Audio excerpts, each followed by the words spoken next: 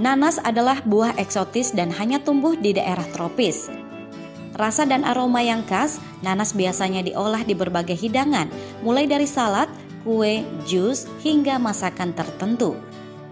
Namun di Cafe Gerobak, nanas ternyata tidak hanya bisa diolah menjadi jus, namun sebagai pemanis dalam hidangan kopi. Ismail lebih dahulu mengolah nanas madu menjadi sirup. Setiap hari ia memproduksi 2 botol sirup dari 1 buah nanas madu. Ia berharap sirup nanas madu khas Apahap Sili bisa dikenal luas. Benar kata orang, usaha tidak selamanya mulus. Ismail mengalami hal yang sama. Ia jatuh bangun memproduksi dan memasarkan sirup dan selai nanas khas kampungnya. Ia harus bersaing dengan sirup sejenis yang banyak beredar di pasaran. Kami punya misi yang kami kejar, sudah kami mencapai target yang kami harapkan. Dan sejauh ini nanas kami produksi di Jayapura, yaitu di Jalan Pasir, di mana sudah kami secara terbuka atau garis besar sudah kami produksikan, dan nanas hasil dari produksi kami juga kami jual di Gerobak.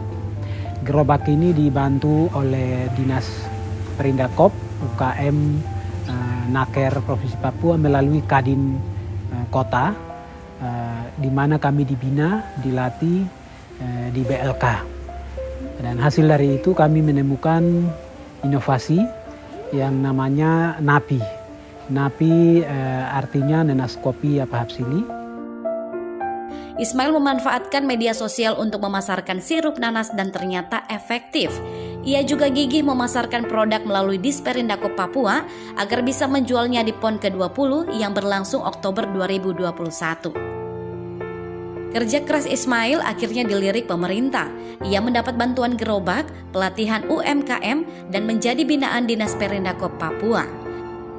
Satu terobosan baru yang kita buat untuk kaum milenial ya.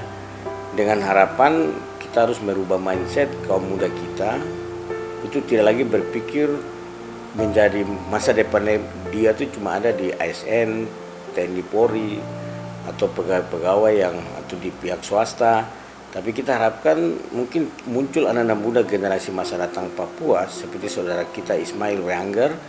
Nah, dia mampu mengelola potensi-potensi yang dimiliki. Karena Papua ini selalu diibaratkan sebagai surga kecil turun ke bumi. Ya sayang, ya kalau kita sendiri tidak mengelola itu, orang lain datang dari tempat lain memanfaatkan potensi kita dan mereka bisa berkembang dengan cepat. Nah, kita akan tertinggal. Oleh sebab itu sekarang ada satu program pemerintah untuk kaum milenial, anak-anak muda ini kita tanamkan kemampuan wirausaha. Wirausaha ini adalah dia tidak punya ketergantungan terhadap dana pemerintah. Maaf ya, bukan berarti kontraktor tidak baik. Ya, saya rasa sangat baik semua. Tapi saya yakin ke depan anak-anak muda Papua harus mampu tampil mengelola potensi yang ada di daerah kita. Nah, ini contoh saja Ibu Waromi, Pak Ismail itu, ini yang kita anggap sebagai salah satu motor penggerak bagi generasi muda kita ke depan. Setelah Ismail mendapatkan pelatihan barista, ia kemudian berinovasi menciptakan resep baru yang ia sebut NAPI alias nanas kopi atau minuman kopi yang dicampur dengan sirup nanas sebagai pengganti gula. Eksperimen berani Ismail ternyata membuahkan hasil. Dengan menggunakan gerobak yang merupakan bantuan dari Dinas Perindakop Papua, setiap hari Ismail menjajakan dagangannya di Jalan Pasir Sentani, Kabupaten Jayapura. Satu cangkir NAPI dijual seharga Rp25.000 hingga Rp30.000. Tiap hari ia bisa meraup untung 1,5 juta rupiah, dan jika sepi pembeli, ia masih meraup untung berkisar Rp500.000. Saya baru lewat minum sirup nanas dari Apahap Sili. Kebetulan dari kampung kami sendiri di Yalimo, jadi bagus sekali kalau ditingkatkan, saya pikir ini sudah jauh lebih bagus. Ia berharap anak-anak muda Yalimo tidak malu untuk berwirausaha dan menunjukkan kepada pemerintah bahwa mereka bisa mandiri dan membuka lapangan pekerjaan. Satu hal yang ingin saya sampaikan, bahwa potensi yang Tuhan sudah kasih di depan mata, tapi karena kami kebanyakan punya gengsi, Gengsi dalam hal ini sulit sekali untuk bekerja. Potensi yang sudah ada, menggali potensi yang sudah ada, kemudian kami malas untuk mencoba.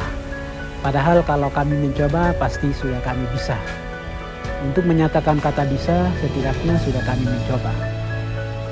Ini yang belum sampai sekarang dilakukan oleh seluruh generasi milenial Papua pada umumnya dan pada khususnya distrik Apahap Sili dan Kabupaten Yalimo. Ismail hanya segelintir pemuda di Papua yang mencoba keluar dari kemiskinan dengan membangun usaha dari nol. Tentu tidak mudah dan melewati perjuangan yang tidak mudah. Namun kisah sukses orang besar selalu diawali dengan tekad dan kerja keras, bukan dengan duduk manis dan berdoa.